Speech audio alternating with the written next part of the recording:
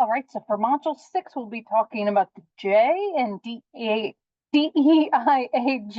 Doesn't really roll off the tongue in the way you'd want it to. We're going to be talking about justice and how that is applied and conceptualized within a psychological and DEIA framework. So APA defines justice as an impartial and fair settlement of conflict and differences, typically by legal processes and the imposition of proportionate punishment. So we're talking about it more in like a legal sense here. But as you can see, APA also recommends that you look at these other type of justice that they talk about. So common sense justice are practices and procedures that ordinary people consider to be fair and just. And so that's something that we will look at throughout this lecture, or this mini lecture, I should say. And then procedural justice is the use of methods and procedures that are fair and impartial. So it's not the decisions, it's that the actual process is considered fair and impartial. And then restorative justice is an approach to criminal justice, or this can also be used within the workplace, in which emphasis is placed on rehabilitation of offenders. And here's an important part: repairing the harm done to victims. Organizational justice, which was mentioned on the previous slide, is how employee perceptions of how fair an organization is. It's perceptions of fairness of outcomes that employees receive. Distributive justice, which you can see here, is the belief that rules can be changed and punishments and rewards distributed according to relative standards. Stop back a sec here. And then procedural justice, the fairness of procedures used in these outcomes, which we talked about on the previous slide. Now, equity theory is also mentioned here, so I put up the definition here. And equity theory is what underlies a lot of what we've been talking about throughout this course.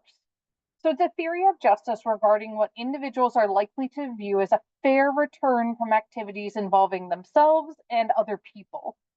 So it says that people compare the ratio of the outcome of the activity, so what benefit they get from it, to their input, with the outcome to input ratios of those engaged in basically a comparable activity. So if I'm doing the same job as you, am I getting paid the same as you, basically, or getting the same benefits as you?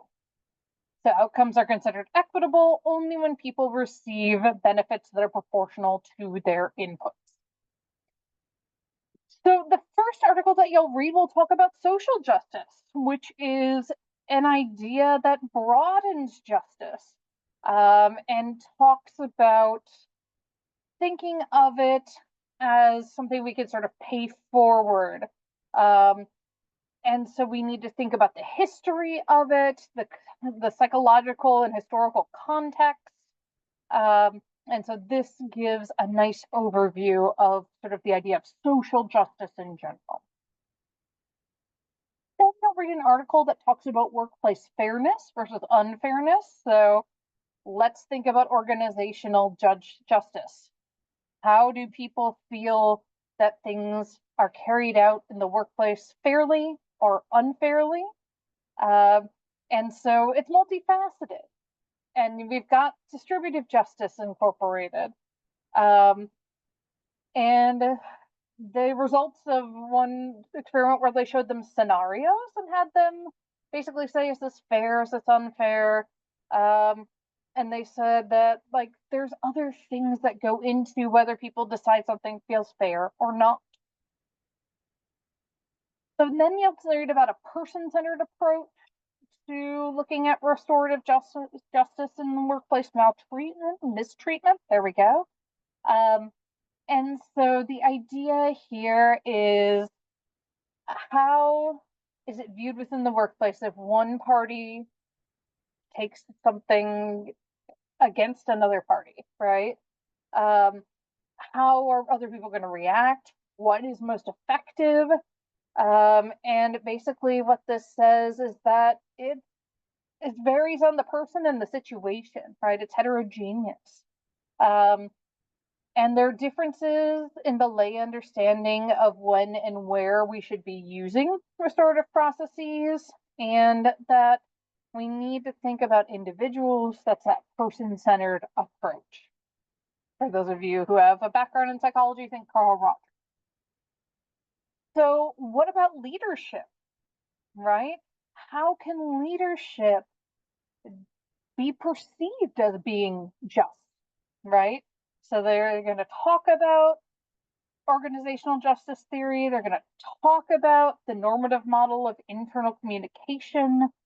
And they show that diversity-oriented leadership basically makes people feel like our internal communication is better and the organization seems more fair. So that's really important as well, that it comes from the top down within an organization. And then you'll read about language. Language is really important, right? How we say things, the tone with which we say things, right? And the language that is used. And so what they did here, they had natural language accounts of diversity incidents, basically instances of discrimination, right? And so they talked about these types of incidences, discrimination, representation, how they're treated by management, work relationships, respect between groups, and just the climate, diversity climate. So incidents that they saw as negative, women describing what has happened to them, and those involving members of their in-groups were more likely that they're talking about justice issues. And so how do we carry that forward to positively affect folks in the future? I look forward to reading your reflections and your discussions this week as you think about justice from this perspective.